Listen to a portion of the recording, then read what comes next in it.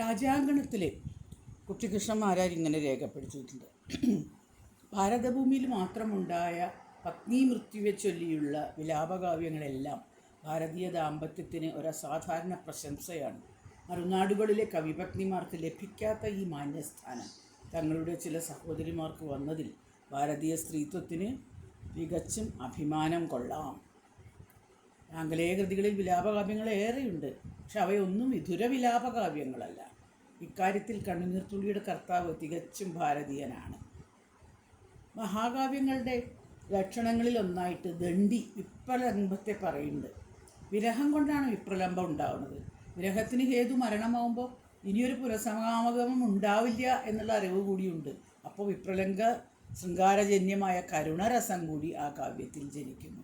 ഇതാണ് ശരിക്കും കണ്ണുനീർത്തുള്ളിയുടെ ബാക്ക്ഗ്രൗണ്ട്. ഇംഗ്ലണ്ടിൽ എലിജി എന്ന പേരിൽ പ്രസിദ്ധമായ വിലാപ കവിതകൾ ഒന്നുകിലൊരു കവിയോ അല്ലെങ്കിൽ ഒരു സുഹൃത്തോ ഒക്കെ മരിക്കുമ്പോഴാണ് ജനിച്ചിട്ടുള്ളത്. ഇതിനൊരു അപവാദം തോമസ് ഹാർഡി മാത്രമാണ്.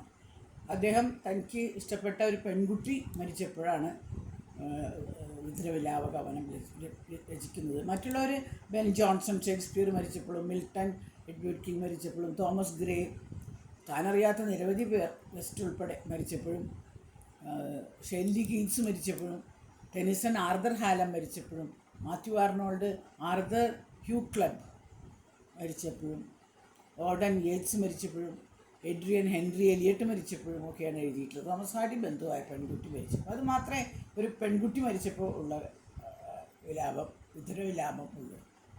ഇന്ത്യൻ സാഹിത്യത്തിലാണെങ്കിൽ വാൽമീകി ക്രൗഞ്ചമിഥുനത്തെ ചൊല്ലി, സീതയെ ചൊല്ലി ശ്രീരാമൻ, അതെ വാൽമീകി രാമായണത്തിൽ തന്നെ.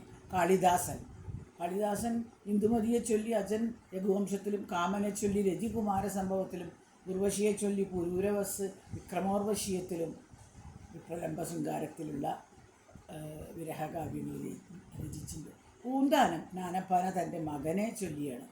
ഉള്ളൂര് ഉമാകേരളത്തിലെ ഉഭയമ്മറാവണി തൻ്റെ മക്കളെ ചൊല്ലിയിട്ട് വിലപിക്കുന്നത് എഴുതിയിട്ടുണ്ട്. സുബ്രഹ്മണ്യൻ പോറ്റി ഒരു വിലാപം, അതിൽ മകളെക്കുറിച്ചാണ്. വി സി എഴുതിയത് ഭാര്യയെ പറ്റിയാണ് ഒരു വിലാപം എന്ന കവിത. മുണ്ടൂർ കെ രാഘവൻ നായർ കുമാരനാശാൻ മരിച്ചപ്പോഴും, എടമന വാസുദേവൻ നായർ കുമാരനാശാൻ മരിച്ചപ്പോഴും, ഉള്ളൂര് വലിയ കോയിത്തമ്പുരാൻ മരിച്ചപ്പോഴും ഒക്കെ എഴുതിയിട്ടുണ്ട്. കെ രാജയും എഴുതിയിട്ടുണ്ട്, വള്ളത്തോളും എഴുതിയിട്ടുണ്ട്. വള്ളത്തോളിൻ്റെ പോയ പ്രാണൻ, അങ്ങനെ എം ആർ നായരുടെ തിലോദകം, കുമാരനാശാൻ്റെ വീണപൂവ്, അതൊക്കെ ഒരു തരത്തിലുള്ള ഒരു വിരഹം വിപ്രലംബ ശൃംഗാരമാണ്. കുമാരനാശാൻ്റെ AR രാജരാജവർമ്മ മരിച്ചപ്പോഴുള്ള പ്രരോദനം, ഇടപ്പള്ളിയുടെ മണിനാഥം, ചങ്ങമ്പുഴയുടെ രമണനെ ചൊല്ലി മദനൻ്റെ ഒരു വിലാപകാവ്യമുണ്ട്. അതുപോലെ ഇടപ്പള്ളി മരിച്ചപ്പോൾ ചങ്ങമ്പുഴ എഴുതിയ തകർന്ന മുരളി സങ്കല്പകാന്തിയുണ്ട്. കുമാരനാശാൻ മരിച്ചപ്പോൾ ചങ്ങമ്പുഴ എഴുതിയ കുമാരനാശാനുണ്ട്. ഇളങ്കോവടികൾ കോവലനെ ചൊല്ലി കണ്ണകി എഴുതിയതുണ്ട് തമിഴിൽ. വേദവ്യാസൻ അനേകം യോദ്ധാക്കളെ ചൊല്ലി ഗാന്ധാരി വിലപിക്കുന്ന ഒരു വിലാപം എഴുതിയിട്ടുണ്ട്. ബ്രഹ്മക്കുളം നാരായണൻ നമ്പൂതിരി തൻ്റെ പ്രേമഭാജനമായ ആശ്ലേഷയ്ക്ക് വേണ്ടി, ശരിക്കും ആശ്ലേഷ എന്നല്ല അവരുടെ പേര്, ഗംഗ എന്നാണ്, ആശ്ലേഷാശതകം എഴുതിയിട്ടുള്ളത് അദ്ദേഹമാണ്. മുതുകുളം പാർവതി അമ്മയും കീഴ്ക്കുളം രാമൻപിള്ളിയൊക്കെ കുമാരനാശാൻ മരിച്ചപ്പോൾ ഒരു വിലാപം എഴുതിയിട്ടുണ്ട്. KC കേശവപിള്ള ജഗന്നാഥ പണ്ഡിതൻ്റെ കരുണവിലാസം തർജ്ജമ എഴുതിയിട്ടുണ്ട്. വടക്കേക്കുറുപ്പത്ത് രാമമേനോൻ തോമസ് ഗ്രേയുടെ തർജ്ജമയായിട്ട് വിലാപഗീത എഴുതിയിട്ടുണ്ട്. പിന്നെ നടുവത്ത് അച്ഛൻ നമ്പൂരി പുത്രൻ മരിച്ചപ്പോൾ 20 ശ്ലോകം എഴുതിയിട്ടുണ്ട്. ബാലാമണിയമ്മ നാലപ്പാടൻ മരിച്ചപ്പോൾ ലോകാന്തരങ്ങൾ എഴുതിയിട്ടുണ്ട്. ഇതിന്നൊക്കെ വേറിട്ട് നിൽക്കുന്നൊരു വിലാപകാവ്യമാണ് നാലപ്പാടൻ്റെ കണ്ണുനീർത്തുള്ളി. കാളിദാസൻ്റെയും വാൽമീകിയുടെയും VCയുടെയും ഒക്കെ വെമ്മക്കുളം നാരായണ നമ്പൂരിയുടെയും ഒക്കെ നാലപ്പാടൻ്റെയും ഒക്കെ വിധുര വിലാപകാവ്യങ്ങൾ എന്ന് പറയുന്ന ഇനത്തിലുള്ളവയാണ്. ഭാര്യ, ഭർത്താവ്, പക്ഷികൾ, പൂക്കൾ, മകൻ, മകൾ, അറിയുന്നവരും അറിയാത്തവരും ബന്ധുക്കളും അല്ലാത്തവരുമായ അനേകം ആളുകൾ, ഇവർക്കൊക്കെ വേണ്ടിയുള്ള വിലാപം ഇന്ത്യൻ സാഹിത്യത്തിൽ പണ്ടേ ഉണ്ട് എന്ന് പറയുകയാണ്. പ്രസിദ്ധനായ വ്യക്തി, സുഹൃത്ത് എന്നിവരെ ചൊല്ലിയുള്ള വിലാപമാണ് ആംഗല സാഹിത്യത്തിലധികം ഉള്ളത്. ഇതിനൊരു അപവാദമായിട്ട് നമുക്ക് തോമസ് ഹാർഡിനെയും തോമസ് ഗ്രേയും മാത്രമേ പറയാൻ പറ്റുള്ളൂ. സഹപ്രവർത്തകനോ സുഹൃത്തോ പ്രശസ്ത വ്യക്തിയോ മരിക്കുമ്പോൾ കവികൾ നടത്തുന്ന അനുശോചന പ്രകടനങ്ങൾ കൊടുങ്ങല്ലൂർ കളരിയിലും അതുപോലെ കേരളവർമ്മ പ്രസ്ഥാനത്തിലും ഒക്കെ ഒട്ടനവധി വന്നിട്ടുണ്ട്. ഉള്ളൂർ ഇത്തരം കവിതകൾ അനവധി രചിച്ചിട്ടുണ്ട്. വെള്ളത്തോളിൻ്റെ പരലോകം അത് 1945 വന്നതാണ്. ഇത്തരം ഒരു ഔപചാരിക ചരമഗീതമാണ്.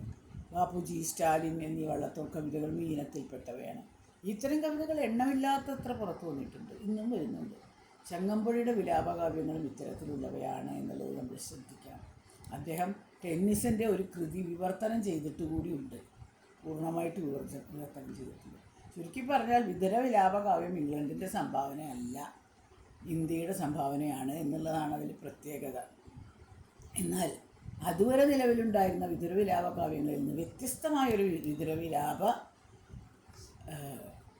കാവ്യം,